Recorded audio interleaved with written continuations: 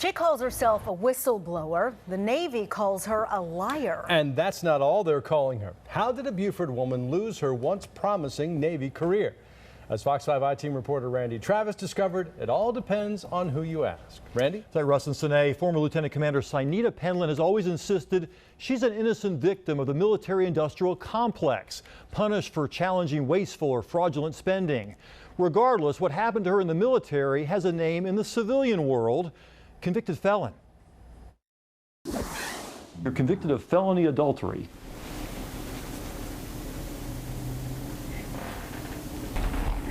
Interesting. I never even thought of that. Synita Penland is now part of Navy history, the kind that earns you a scarlet letter instead of a Purple Heart. Were any of those pictures of you and him having sex? No. According to her lawyer, this Gwinnett woman is the first single female Navy officer ever thrown in the brig for adultery. But the story doesn't end there. Whether it's adultery, whether it's fraud, let's let the public weigh. Which one is more important? Do they want gossip? Messy gossip? Do you want to see my pictures? I could have already been making millions. Look at Atlanta Housewives. This is a perfect story for them, but I'm not trashy like that. I'm sorry. Penland's perfect story really began at the sprawling naval base in San Diego back in the mid-2000s, when she was put in charge of processing millions of dollars in Gulf War expenditures. In early 2007, a female Navy chief accused Penland of having an affair with her husband, Lieutenant Mark Wiggin, who once served under Penland and became friends when they were both assigned to the destroyer Stout. It was just kind of husband and wife. They were going at it with each other, and I got caught in the middle of it. She sure did. That upset wife gave the Navy pictures that she found on her husband's laptop. Pictures showing Penland and that husband, each in some compromising positions. Now, we don't have those pictures, but we couldn't show them to you anyway. They're supposedly that graphic. Penland later explained to the Navy she had loaned Wiggin her digital camera to document abuse in his crumbling marriage, forgetting that she had earlier taken pictures of herself having sex with another man during a wild night of drinking. Then she says her photos must have gotten mixed up on Wiggin's laptop with pictures of him having sex with another woman. There are no identifiable pictures showing both in the same shot. But when she refused an administrative punishment, the Navy eventually moved to court-martial Penland. And I was like, really? You guys are going to come at me like that? So when you can see through the smoke screen, it was never about the pictures. I was single, and if you want to put this on camera, you can. I could have had sex with the whole fleet and would not be guilty of adultery. A civilian signed this affidavit claiming he was the one she was having sex with in those racy photos. Even after being offered immunity, that junior officer, Wiggin, denied under oath he was sleeping with Penland. But prosecutors produced other evidence, including emails between the two that discussed Penland being pregnant with his child. That looks suspicious, you got to admit.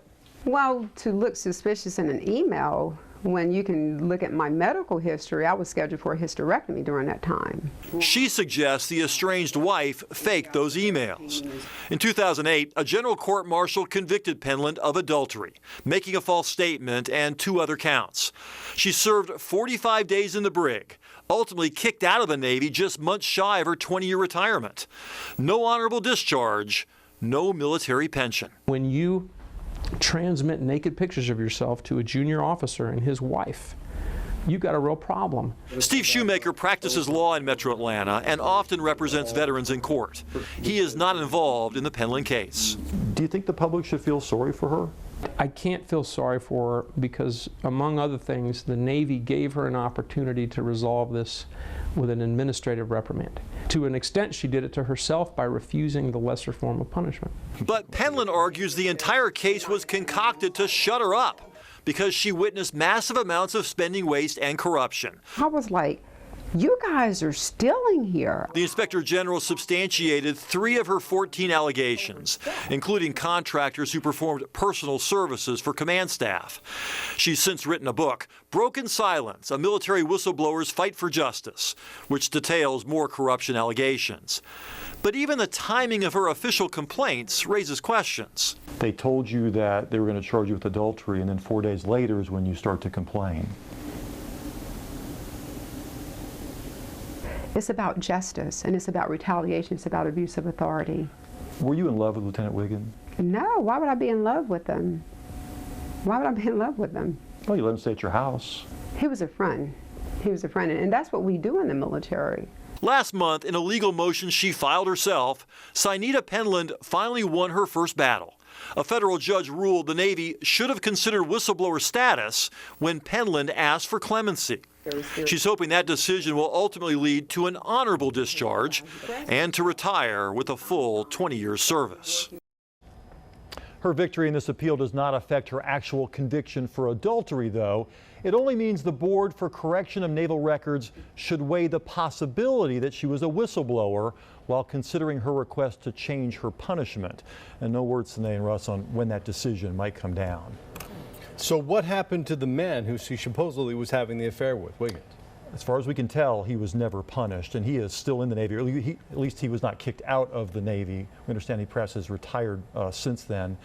And it raises a question, you know, Why? if she's guilty of adultery, what about the guy with whom she was supposedly having the affair? Why wasn't he prosecuted? The married man. The married man, exactly. I'm told that for punishment purposes, the harsher punishment always goes to the senior officer, and she was the senior officer in this alleged relationship, but it's not clear why he was not prosecuted. Very interesting. Randy, thanks so much for that report. Okay. Thanks, Appreciate Randy. it.